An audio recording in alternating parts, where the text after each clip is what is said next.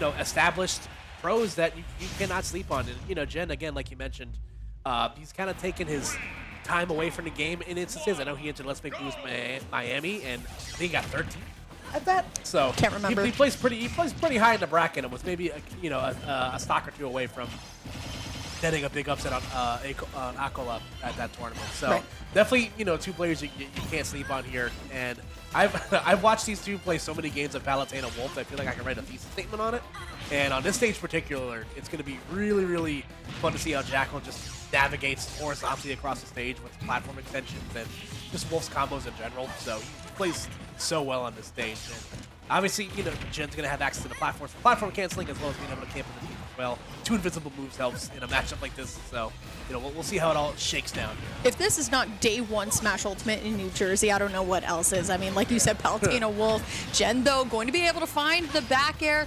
Great knowledge, though, going to be able to roll through and get the punish on the up smash. Good start for both players, but especially Jakal. One of the things I think Jen does really well are all of these edge guards. Palutena really is that edge guard character, but it's going to be about Jen finding a way to get past all of Jakal's offense. I mean, Wolf by proxy as a character does so much damage when you're able to stack it up like this. No tech, though, but Jude is going to unfortunately fall into the back air. It's going to be even right now, but honestly, I mean, I still think Jakal's advantage state is a little bit better this game one. Yeah, I mean, that definitely felt like a heat check sort of confirmed in the corner right there. You saw him barely miss the fair that would have very easily set up into a back air, but just kind of overextended a little bit there, and Jen was able to get, the KO for it. But again, Jakal picking up exactly where he left off here, just able to provide such great pressure, with Nair and forward air, almost getting the up smash right there, but Jen able to get a hitbox out in time.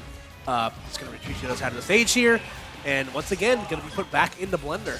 Yeah, 144 though on Jen, so anything could KO. I'm loving the adaptation there.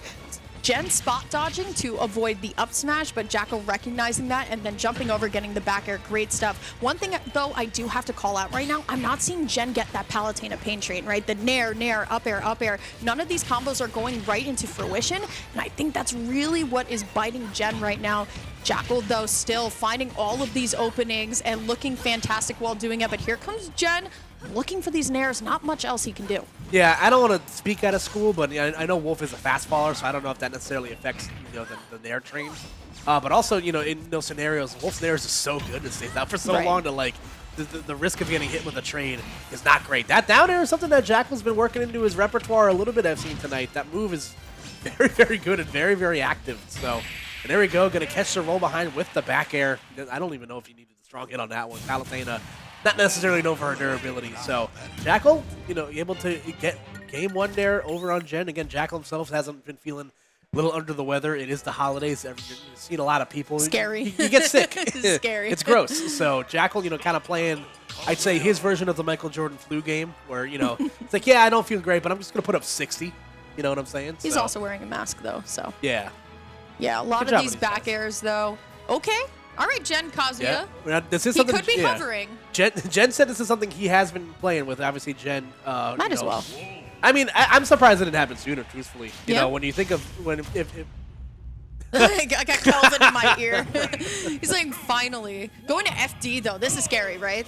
Yeah, I would say so. There's obviously going to be nowhere to hide. Well, I'm curious to see how, polished Jen is here. Obviously, a Smash 4, Ryu player. Had his bits with Ryu and Ken in this game, while he, early in Ultimate's lifespan. Kind of fell away for that for some other stuff. But since then, he's been having a lot of fun playing Kazuya. This character just fits him. And and you know what? But I get it. If it ain't broke, don't fix it, man. Right. So, we'll see how this works out here. Only a 2% separating the two here, but, the electrics are on point right now, so that's good.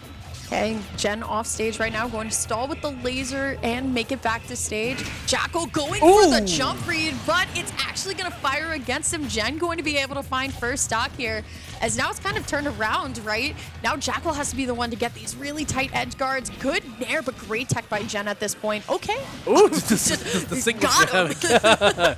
Just joshing you, bro. All right, there we go. Gets a small confirm out of the parry there. And again, that rage drive setting up so much right there for sure. Jakal. Now trying to find a KO here. And again, it does have that space animal problem where if you're out of the confirm range, you kind of have to fish for something. And, you know, it might not necessarily come your way as you see Jen starting to pull away a little bit. Down air coming into play, like you said again, but the up tilt is going to trade in and take this stock right now. Comes Jen, though, going to be able to find the stun, going for it all, but still, now I want to see what Jen can do with some of these edge guards, too. Kind of has Jakal stuck, though. Jakal going to air dodge, going to make it back to ledge, but how do you get back up, Koopa? It's so tricky, but here comes that Wolf advantage state, at least going to get 32% on the board, and now we're back to neutral. Yeah, jump fair definitely was a nice option right there, but again, there aren't going to be many options. The dash attack going to catch right there. The stanky leg going to take the KO there. For Jen, so the switch and the change and the stage, I feel like are definitely paying dividends here for Jen. Goes for the high recovery, not going to get a strong hit for it though. However, the back air will connect. So Jakal going off stage, netting the KO, so it's now brought it back to a one-stock scenario here.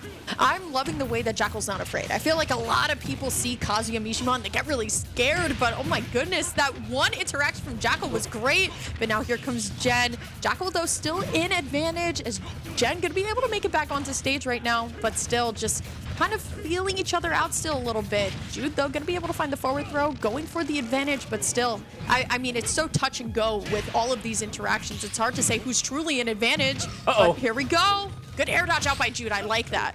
Good parry on a downer right there. You see, Jen's been going for a lot of those delayed, jabs, the 1-2 follow-up.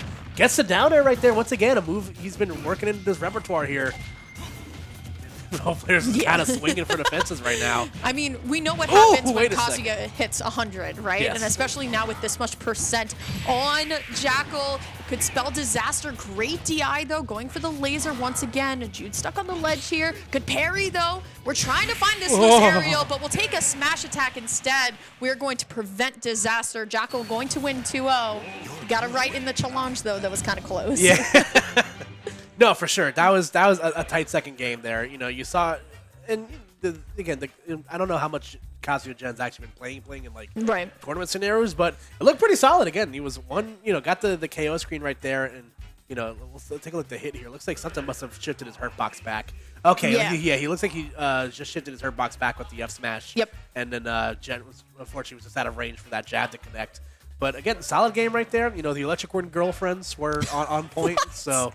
Able to get all of it is getting the extensions off of that. So, I'd love to see Jen play more Kazuya. I feel like my Smash homeostasis is better when Jen is playing, a fighting game character. It just kind of feels right. It's like chicken fingers and chicken fingers and French fries.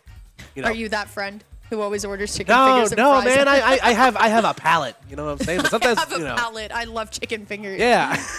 They just opened up a Cane's in Philly. We went for the first time.